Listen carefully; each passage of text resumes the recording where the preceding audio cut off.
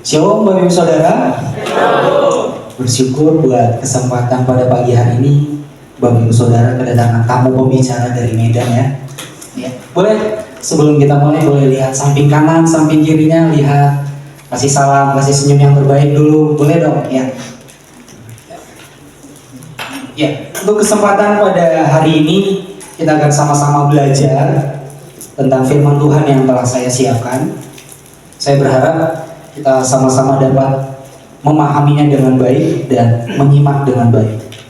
Judul tema atau khotbah yang akan saya bagikan pada hari ini adalah menjaga hati dari duri-duri kehidupan.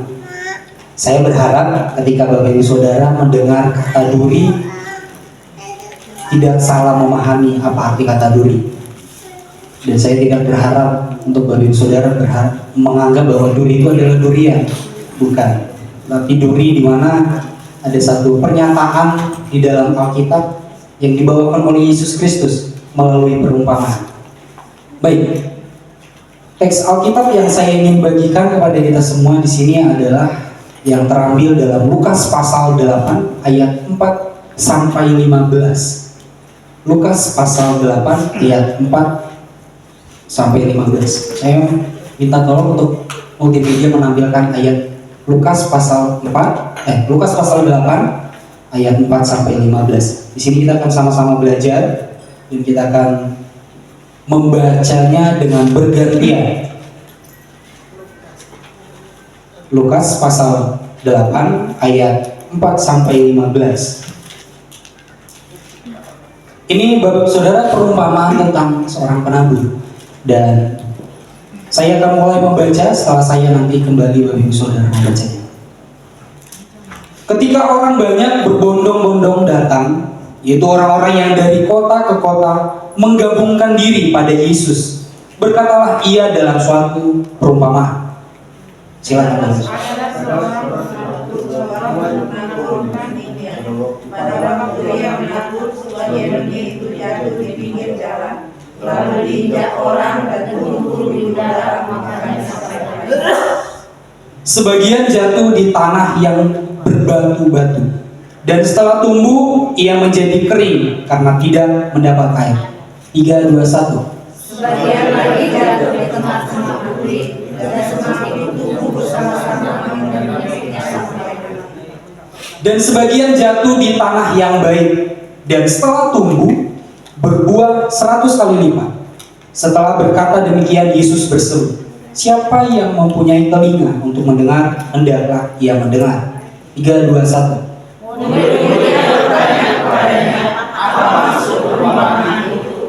Lalu ia menjawab, "Kepadamu diberi karunia untuk mengetahui rahasia kerajaan Allah, tetapi kepada orang-orang lain hal itu diberikan dalam perumpamaan, supaya sekalipun memandang mereka tidak melihat, dan sekalipun mendengar mereka tidak mengerti." 3, 2, 1.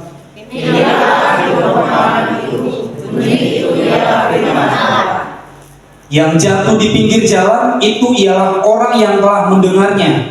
Kemudian datanglah iblis lalu mengambil firman itu dari dalam hati mereka, supaya mereka jangan percaya dan diselamatkan. 3, 2, 1.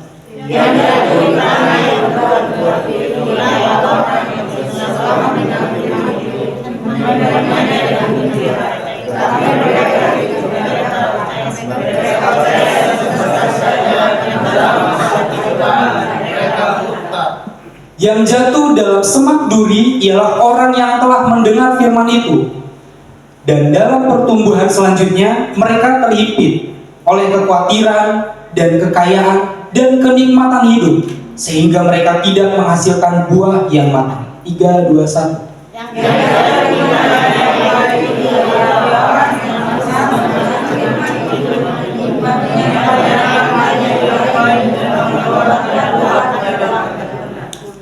Ya, saya percaya kita sama-sama telah membaca dan kita mungkin mendapatkan sesuatu setelah kita membaca firman Tuhan yang telah kita baca bersama. Bapak Ibu Saudara, perumpamaan tentang seorang penabur ini latar belakang teksnya adalah di mana ketika Yesus Kristus melakukan penginjilan berupa ajaran kepada banyak orang, sehingga tibalah suatu momen dia tiba di suatu danau, yaitu Danau Galilea. Ketika itu ada banyak orang berbondong-bondong datang kepada dia. Kenapa? Karena ingin mendengarkan suatu pengajaran yang ia sampaikan kepada banyak orang. Sehingga perumpamaan ini intinya adalah, perumpamaan seorang penabur ini intinya adalah respon seorang yang telah mendengarkan firman Tuhan. Ibaratkan begini Bapak Ibu Saudara, contoh saya Tuhan Yesus, lalu Bapak Ibu Saudara adalah orang-orang yang haus untuk mendengarkan ajaran firman Tuhan. Lalu ketika saya mengajar, sampailah saya kepada satu perumpamaan tentang benih yang ditabur. Seperti yang teks yang kita baca tadi, bahwa benih itu adalah firman Tuhan. Ya, setuju ya? Benih itu adalah firman Tuhan. Apa yang saya sampaikan melalui firman Tuhan pada kesempatan pagi hari ini, itu benihnya. Ya, hati itu tanah itu diumpamakan seperti hati. Jadi ketika benih yang saya taburkan kepada Bapak Ibu Saudara, kepada hati Bapak Ibu Saudara, nah itu akan ada respon tentunya. Kan ada 4 respon yang disampaikan oleh Yesus. Yang pertama, jatuh di pinggir jalan. Yang kedua, jatuh di tanah yang berbatuan. Yang ketiga, jatuh di semak duri. Yang keempat, jatuh di tanah yang baik. Dan saya mau Bapak Ibu Saudara kita sama-sama belajar di sini. Setelah sekian banyak firman Tuhan yang telah kita dengar, di mana posisi hati kita? Apakah hati kita di posisi seperti jatuh? Apa pada saat firman Tuhan itu jatuh di dalam diri kita, hati kita, sampai ke dalam hati kita, apa respon kita? Apakah firman Tuhan itu seperti perumpamaan yang telah disampaikan oleh Yesus Kristus, jatuh di pinggir jalan, sehingga datang burung mengambilnya, benih yang telah ditabur itu? Seperti perumpamaan yang lebih sederhana disampaikan Yesus, datang iblis mengambil pemahaman yang sudah saudara tangkap pada saat khotbah disampaikan. Diambil tuh firman Tuhan, diambil tuh berkat yang saudara dapatkan di dalam firman Tuhan, diambil oleh iblis, sehingga sulit untuk bertumbuh. Dan yang kedua, ada di tanah yang berbatuan. Dia bertumbuh, tetapi akarnya Bapak Ibu Saudara, akarnya tidak kuat. Artinya di dalam hati kita itu tidak akan lama, mungkin 1-2 hari kita akan lupa, sehingga kita mengabaikan hal itu. Lalu di akar, di tanah yang berduri, ada semak duri. Dia benar-benar bertumbuh, tetapi ada sesuatu yang menghimpitnya. Saudara pernah lihat satu pohon tumbuhan, ketika dia mencoba untuk bertumbuh, tetapi ada banyak semak yang menghimpit dia, sehingga membuat dia tidak maksimal di dalam bertumbuh. Betul? Nah, begitu juga dengan firman Tuhan yang jatuh di hati seseorang, lalu ada banyak himpitan-himpitan. Seperti yang disampaikan di dalam firman Tuhan pada hari ini, dikatakan himpitan itu diumpamakan seperti kekhawatiran. Duri itu diumpamakan seperti kekhawatiran, kekayaan, bahkan kenikmatan dunia. Oleh sebab itu, ada juga yang keempat, tanah yang baik. Dan saya berharap tanah yang baik adalah posisi hati kita saat ini. Amin. Ya. Dimana pada saat saya, Bapak Ibu Saudara, menyampaikan firman Tuhan, hendaklah hati Bapak Ibu Saudara menjadi tanah yang baik. Bapak Ibu Saudara, mengapa kita penting menjaga hati dari duri-duri kehidupan? Tentu ada banyak tantangan dalam setiap proses kehidupan yang kita jalani saat ini, yang mungkin membuat kita sulit untuk hidup di dalam kerohanian. Betul? Ada banyak duri-duri kehidupan yang mungkin membuat kita tidak maksimal di dalam Tuhan. Oleh sebab itu, coba lihat samping kanan kiri. Mungkin bisa jadi itu jadi durinya. Misalnya contoh Bapak Ibu Saudara, misalnya gini, yuk kita ke gereja, terus datang di samping saudara, jangan ke gereja dulu, di sana ada konser, ada karnaval misalnya ya. Nah, itu adalah suatu contoh sederhana duri, di mana Bapak Ibu Saudara ingin mengambil langkah untuk beribadah, tetapi ada duri yang mengganggu saudara. Udah gak usah ibadah dulu, kan minggu depan masih ada hari Minggu, nah, misalnya gitu ya. Nah, oleh sebab itu sangat penting Bapak Ibu Saudara untuk kita menjaga hati dari duri-duri kehidupan. Pesan saya kepada saudara yang sudah berkeluarga, untuk memiliki kerohanian yang baik atau untuk memiliki pertumbuhan kerohanian yang baik, sangatlah penting untuk Bapak Ibu Saudara miliki, khususnya yang sudah berkeluarga. Kenapa? Saya ingin sampaikan kepada saudara yang sudah berkeluarga. Anda yang telah memiliki anak, tentunya Anda menjadi figur panutan untuk anak-anak, betul? Sehingga sangat penting untuk Bapak Ibu Saudara memberikan contoh kepada anak yang sudah saudara didik, yang sudah saudara lahirkan. Sangat penting. Saya mau tegaskan dan saya mau sampaikan kepada Bapak Ibu Saudara, anak zaman sekarang itu lebih suka melihat apa yang berupa tindakan daripada perkataan. Karena gini, kan ada perumpamaan anak-anak, ada bahasa yang mengatakan ketika anak-anak mendengarkan suatu kata-kata puisi, bacot gitu ya, pernah dengar ya? Tetapi ketika saudara yang sudah berkeluarga mewujudkannya melalui gaya hidup saudara, percayalah, anak saudara akan tersentuh dengan apa yang saudara hidupi. Sekali lagi, pesan saya kepada saudara yang sudah berkeluarga, jadikan saudara menjadi panutan rohani di dalam keluarga. Untuk anak-anak saudara, untuk istri atau untuk suami, itu sangat penting. Kenapa? Saudara pasti tahu ada banyak tantangan di luar sana yang mungkin membuat kita tidak lagi bergairah di dalam rohani, betul? Ada banyak tantangan zaman yang membuat kita tidak lagi memprioritaskan Tuhan, sehingga hal itu mengganggu fokus kita untuk memprioritaskan Tuhan. Sehingga tantangan itu mengalihkan fokus kita kepada Tuhan. Kita tidak tergiur lagi dengan Tuhan. Kita tidak tergiur lagi dengan aktivitas rohani. Karena kenapa? Karena ada duri yang kita nikmati. Itu kenikmatan dunia. Betul? Dan pesan saya kepada saudara yang masih muda, anak pemuda remaja, saudara pasti tahu keadaan saudara saat ini ada banyak tantangan yang saudara alami. Pergaulan, teknologi, bahkan hal yang lain. Itu sebabnya sangat penting untuk saudara memiliki kualitas rohani yang baik. Supaya apa? Ketika ada tantangan, ada duri yang mencoba mengganggu saudara, saudara dapat bijak menyikapinya. Saudara dapat bijak mengatasinya. Jangan katakan saudara karena masih muda, nanti aja dulu ya, kita nikmati masa muda.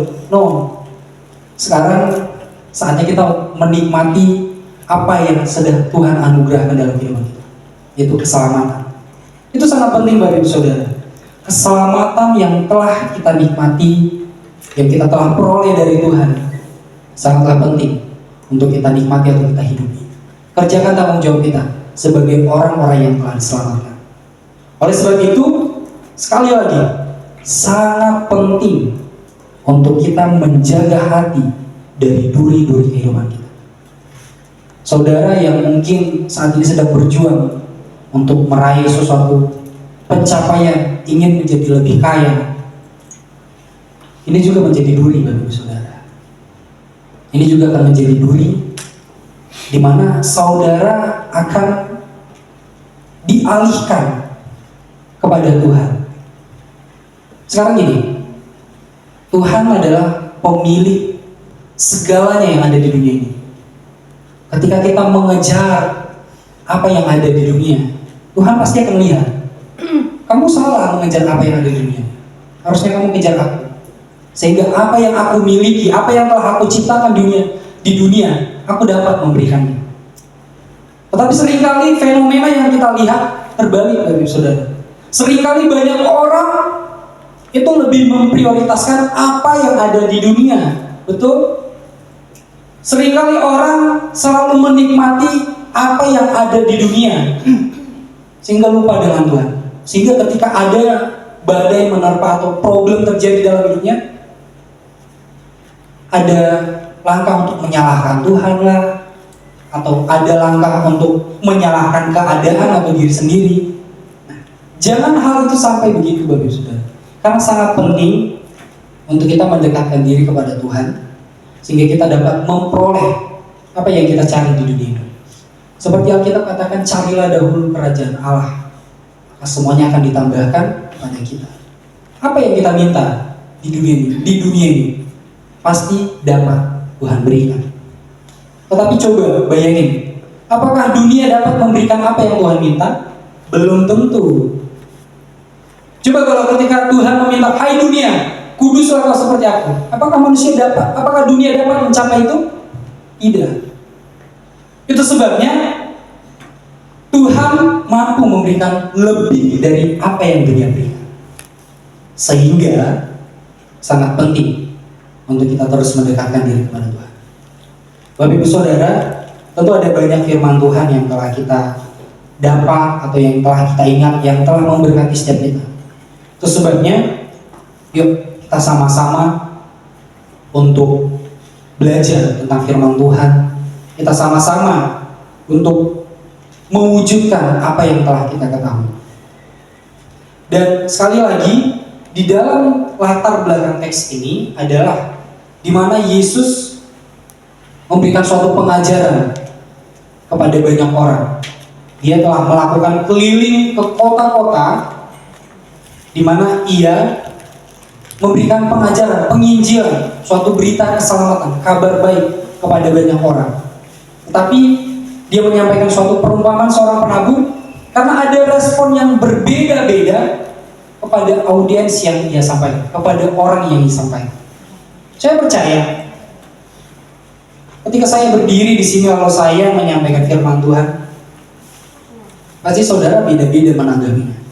Tetapi saya berharap poin yang keempat, Bapak Ibu Saudara, poin yang keempat menjadi tanggapan yang terbaik yang Bapak Ibu Saudara miliki, yaitu milikilah hati yang diumpamakan seperti tanah yang baik, sehingga ketika pesan Tuhan yang saya sampaikan itu benar-benar dapat bertumbuh dan berbuah, sehingga dapat menjadi berkat untuk banyak orang lain. Oleh sebab itu, pada kesempatan ini ada 3 poin yang akan saya bagikan kepada Bapak Ibu Saudara untuk kita sama-sama belajar bagaimana untuk kita dapat menjaga hati dari duri-duri kehidupan. Poin yang pertama, pahami duri-duri kehidupan. Mengapa kita perlu memahami? Karena gini Bapak Ibu Saudara, ketika kita tahu dan kita paham bahwa itu adalah duri, yang pastinya kita dapat mengatasi atau menghindarinya. Contohnya Bapak Ibu Saudara saat ini sedang dalam kondisi sakit, ya. Tentu ada duri atau ada hal-hal yang terlarang yang pastinya harus Bapak Ibu Saudara hindari, betul? Misalnya Bapak Ibu Saudara sedang mengalami sakit demam, hindari jangan minum es, betul kan begitu? Jadi kita harus perlu memahami duri-duri kehidupan di dalam setiap kehidupan kita. Saudara, untuk memiliki iman atau kerohanian yang bertumbuh itu butuh perjuangan, Bapak Saudara. Kenapa? Karena tawaran dunia secara daging rasanya enak untuk kita dapatkan. Tetapi hal itu akan mengalihkan fokus kita kepada Tuhan. Jika Bapak Ibu Saudara datang ke tempat ini hanya sekedar rutinitas, saya mau bilang, Bapak Ibu Saudara ketika keluar dari tempat ini lalu ada cobaan atau ujian yang diberikan oleh iblis, gak lama Bapak Ibu Saudara akan bersungut-sungut. Karena iman yang Bapak Ibu Saudara miliki atau kualitas rohani yang Bapak Ibu Saudara miliki itu tidak bertumbuh. Jadi itu hanya datang melintas di dalam pikiran kita saja lalu lenyap dan entah kemana. Itu sebabnya sangat penting untuk kita menghindari untuk memiliki kualitas kerohanian yang sia-sia atau yang tidak baik.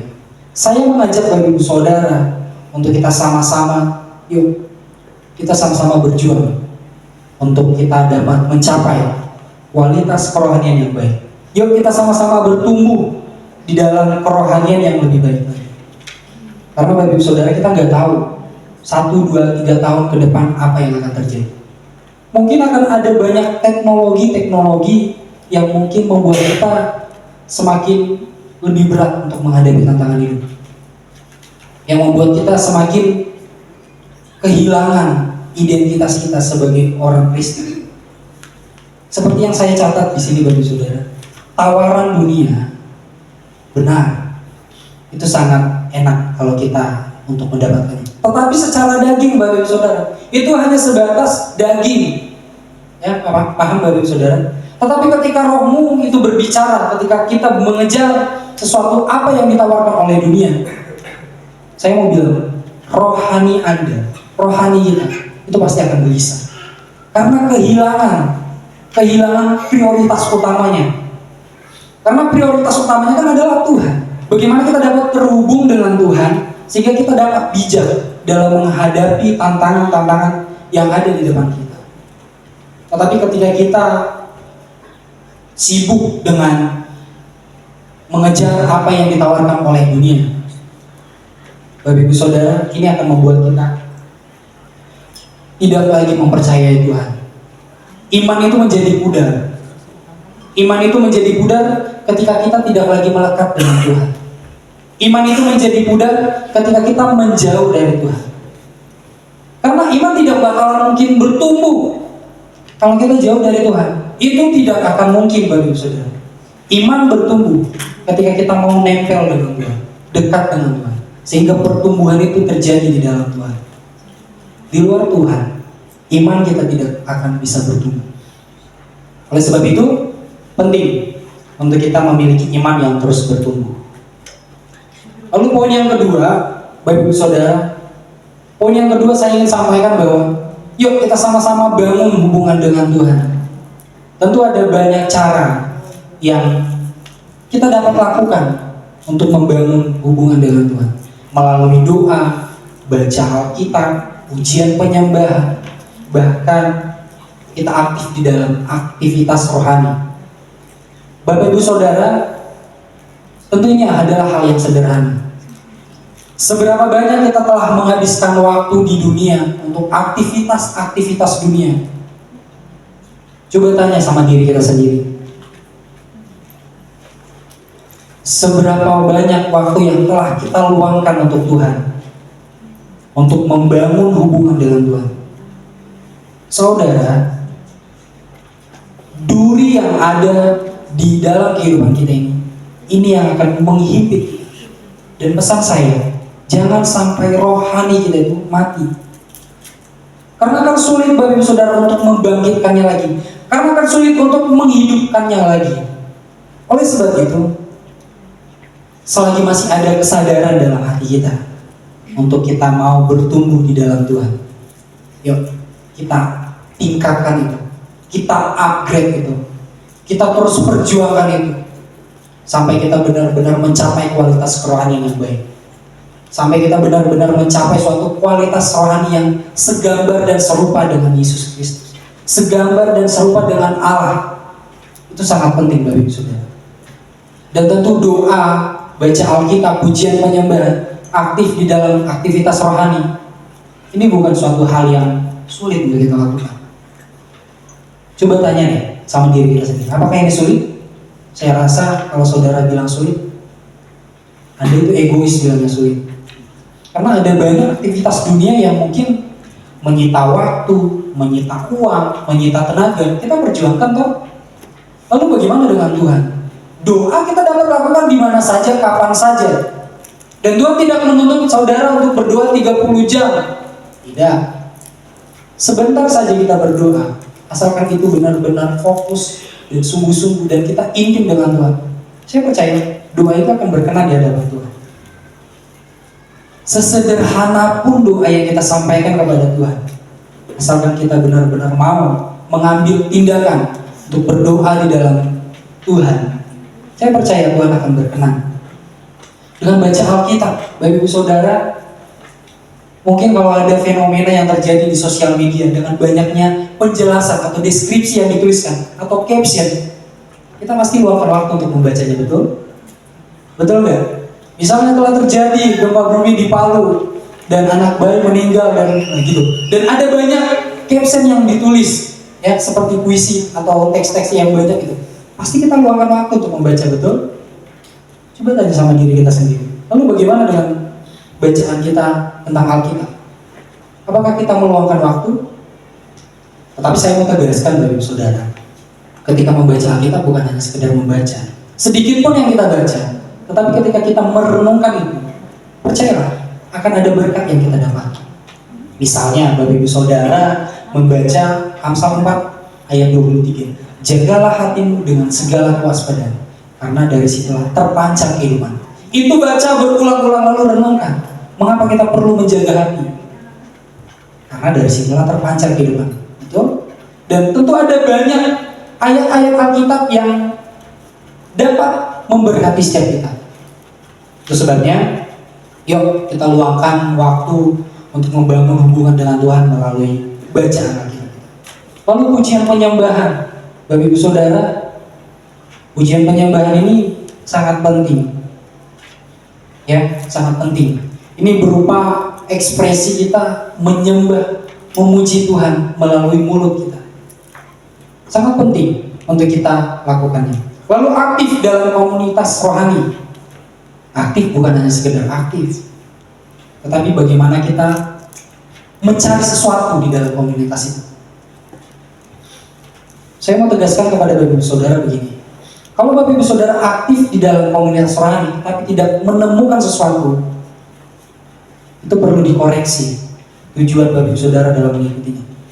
Itu sebabnya sangat penting ketika kita mau aktif di dalam komunitas rohani. Misalnya kita ikut di dalam komsel, di dalam kesan, di dalam doa jemaat, pastikan Bapak Ibu Saudara mendapatkan sesuatu. Pasti ada Bapak Ibu Saudara, meskipun seringkali kita kurang maksimal di dalam pelayanan mimbar, tetapi ketika kita merenungkan pujian penyembahan yang kita naikkan, pasti Bapak Ibu Saudara mendapatkan sesuatu.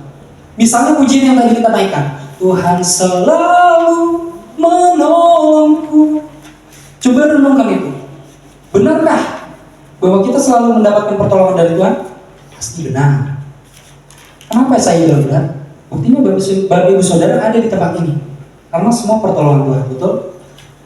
Jadi fokusnya Bapak Ibu Saudara jangan dengan pelayan mimbar yang kita lihat kurang maksimal dalam pelayan, tetapi coba tangkap sesuatu agar kita menemukan sesuatu di dalam aktivitas rohani yang sudah kita luangkan untuk melakukannya. Di dalam doa jemaat, tentu ada banyak pujian-pujian penyembahan yang kita naikkan kepada Tuhan. Coba kita renungkan. Misalnya lagunya ini, ku tahu hidupku adalah penyembahan. Mengapa dibilang hidup kita adalah penyembahan? Karena hidup kita adalah milik Tuhan. Saudara mau mengatakan kepada Tuhan bahwa hidup kita adalah milik kita sendiri? Tidak. Segala sesuatu apa yang kita miliki ini semua milik Tuhan. Itu sebabnya ayat Alkitab juga mengatakan bahwa manusia diciptakan untuk kemuliaan nama Tuhan. Betul? Jadi jangan menganggap bahwa hidup kita ini adalah milik kita. Oleh sebab itu sangat penting untuk kita membangun hubungan dengan Tuhan melalui poin-poin yang telah saya bagikan kepada Bapak Saudara. Lalu kita masuk di dalam poin yang ketiga. Poin yang ketiga adalah bersedia untuk bertumbuh. Bersedia untuk bertumbuh sangatlah penting. Kita harus mau memiliki komitmen untuk kita mau bersedia untuk bertumbuh. Ada dua saya bagi poin. Di sini dikatakan bahwa terima pembentukan. Saudara, saya kasih perumpamaan begini. Sosok militer yang memilih, misalnya saya memilih untuk masuk di dalam angkatan militer, untuk mengabdi ke negara. Tentu saya siap untuk mengabdi. Betul? Saya siap untuk dibentuk. Begitu juga Bapak Ibu Saudara dengan kerohanian kita. Kalau kita bersedia untuk bertumbuh, harusnya kita bersedia juga untuk dibentuk. Betul? Jangan katakan Tuhan aku bersedia untuk bertumbuh di dalam Engkau, tetapi pembentukan kita hindari. Percuma Bapak Ibu Saudara. Percuma. Oleh sebab itu penting untuk kita mengizinkan Tuhan untuk membentuk kita sesuai dengan kehendak Tuhan. Tuhan tuh nggak rumit-rumit, nggak sulit, nggak berat ketika ingin membentuk kita. Yang berat itu kemauan kita. Kaki kita nih yang berat untuk melangkah mengikut apa yang ingin Tuhan bentuk dalam kehidupan kita. Daging kita nih yang susah. Daging kita nih yang berat untuk melangkah, untuk menerima pembentukan dari Tuhan. Betul? Karena malas lah, karena nanti aja lah. Dan seringkali kita menunda-nunda. Sehingga pembentukan itu tidak terjadi dengan baik, tidak tercapai dengan baik.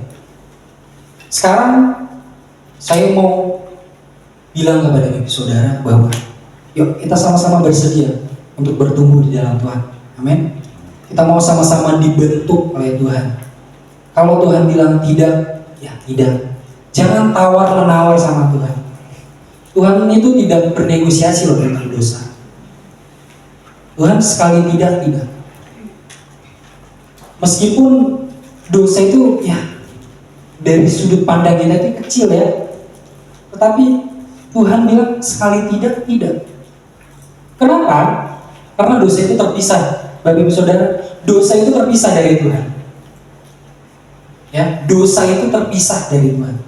Sehingga ketika dosa itu saudara tawarkan di hadapan Tuhan, saudara bawa misalnya, enggak apa-apa lah ya. Tuhan tetap bilang tidak. Itu Bapak Ibu Saudara. Jadi jangan bernegosiasi dengan Tuhan tentang dosa. Dengan sesuatu hal yang mungkin tidak sesuai dengan kehendak Tuhan.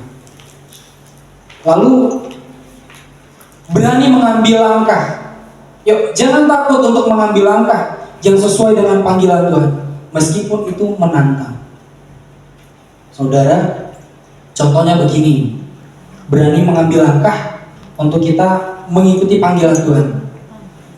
Ketika kita sedang berantem nih dengan seseorang karena kita merasa dirugikan, kita merasa dikecewakan, sehingga hati kita bergebu-gebu untuk membalas dendam. Lalu Tuhan berkata, jangan, ampuni dia.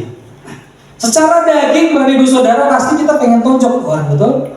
Secara daging pasti kita pengen balas dendam karena kita sudah dirugikan. Tetapi ada panggilan di dalam roh kita.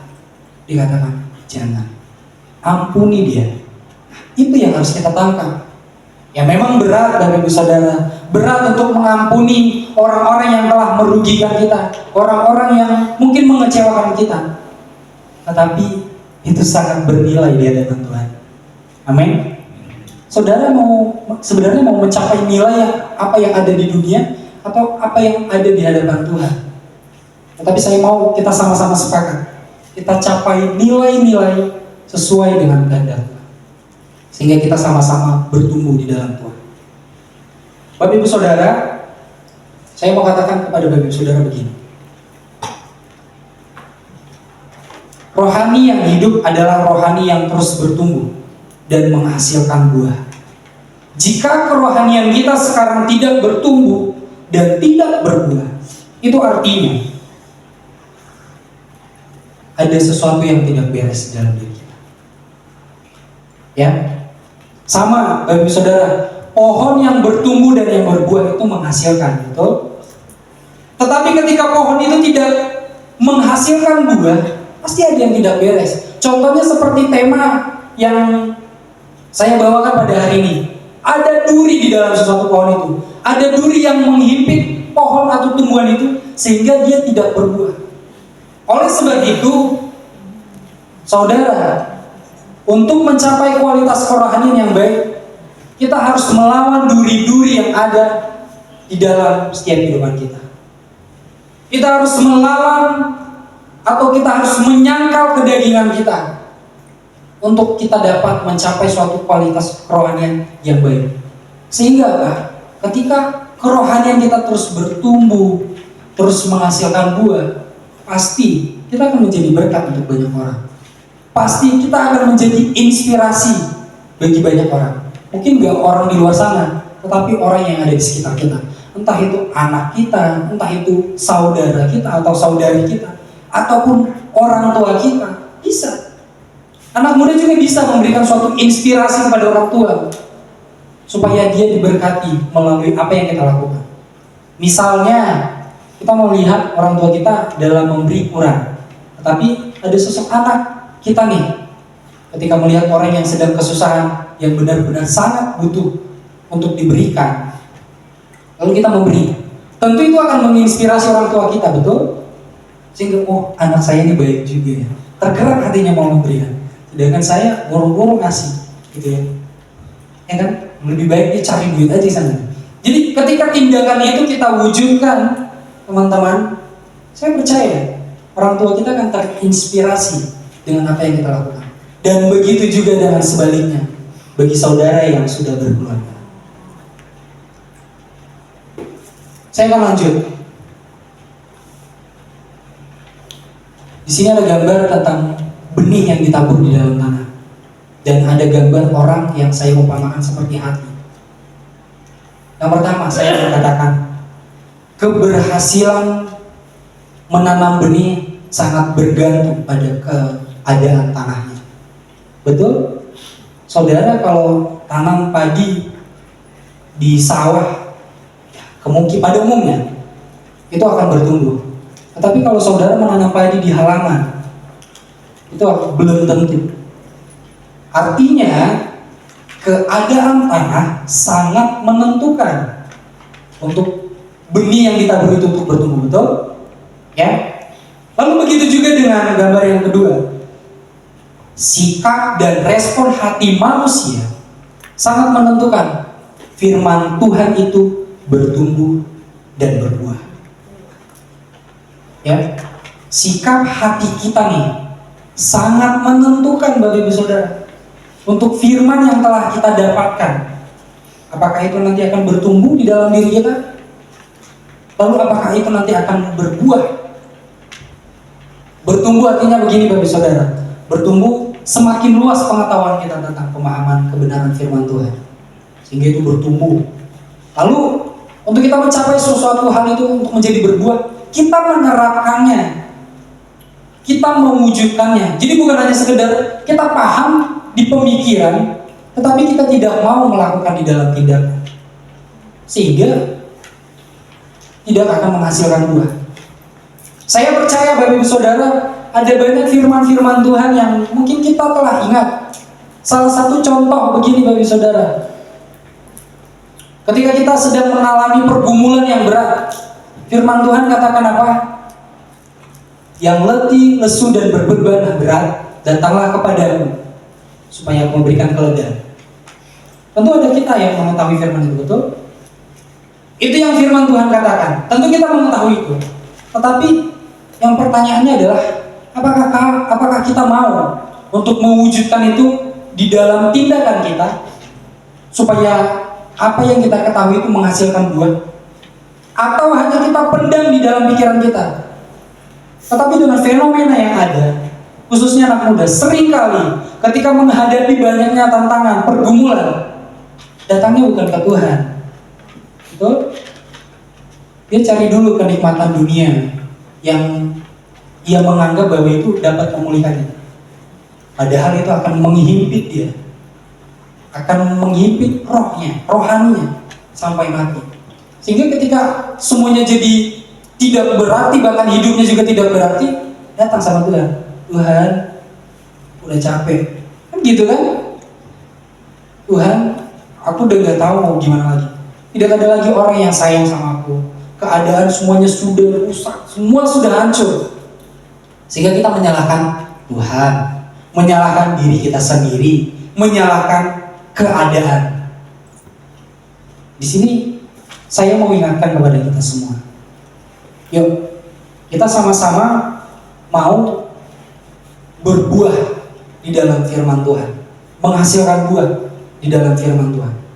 Firman Tuhan yang kita dapatkan, kita pelan-pelan coba terapkan dalam kehidupan kita, sehingga kita mengetahui hasil dari apa yang kita terapkan.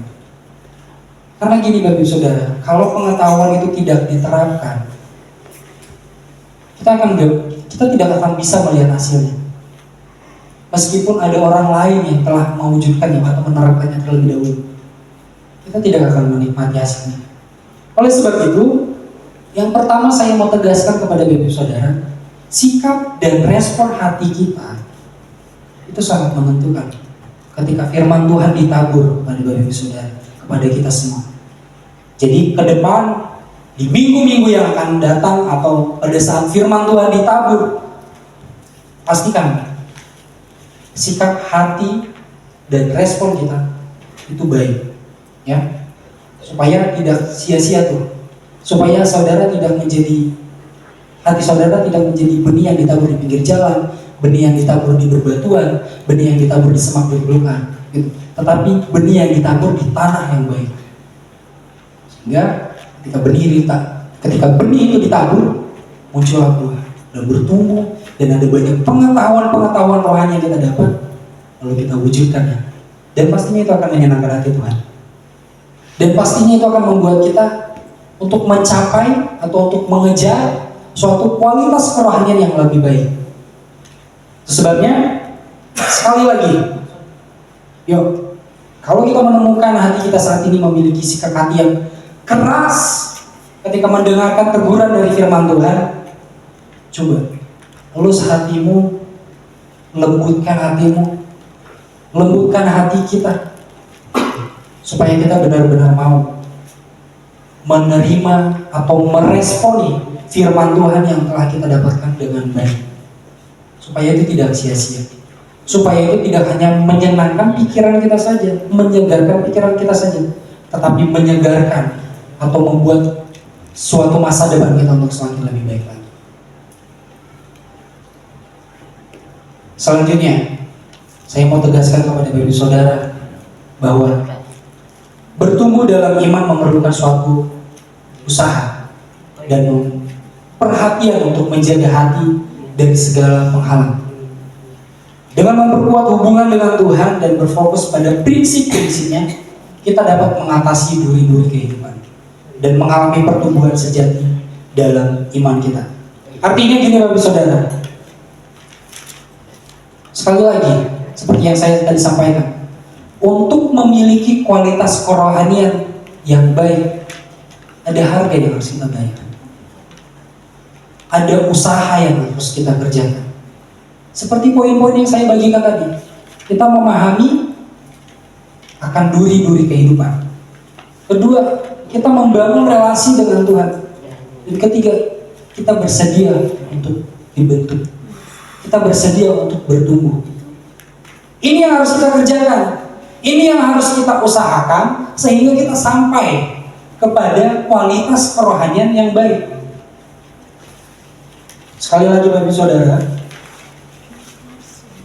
kondisi zaman sekarang tentu ada banyak tantangan yang harus kita hindari supaya hidup kita tetap di dalam Tuhan, yang harus kita hindari supaya kita tetap di dalam damai sejahteranya Tuhan.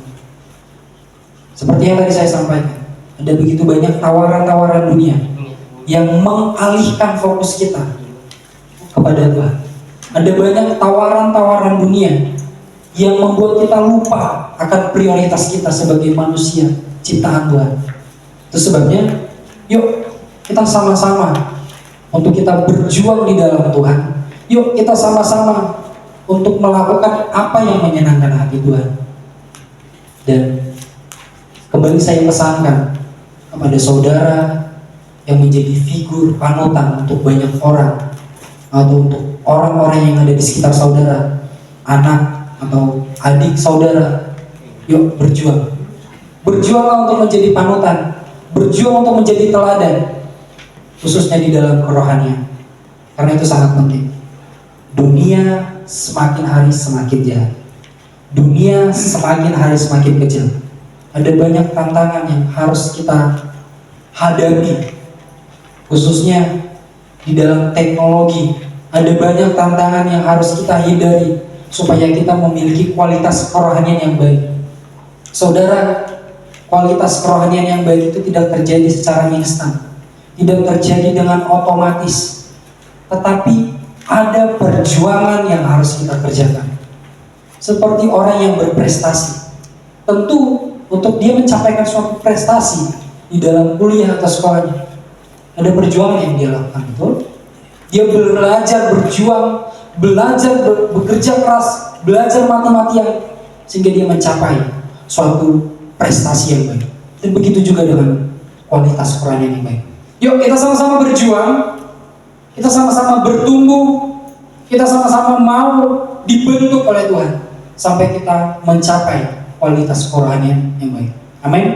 Sebabnya Bapak Ibu Saudara, yuk, hendaklah firman Tuhan yang saya sampaikan, Bapak Ibu Saudara dan kita semua yang ada di tempat ini, kita sama-sama memiliki respon yang baik, memiliki sikap hati yang baik ketika kita telah mendengarkan firman Tuhan.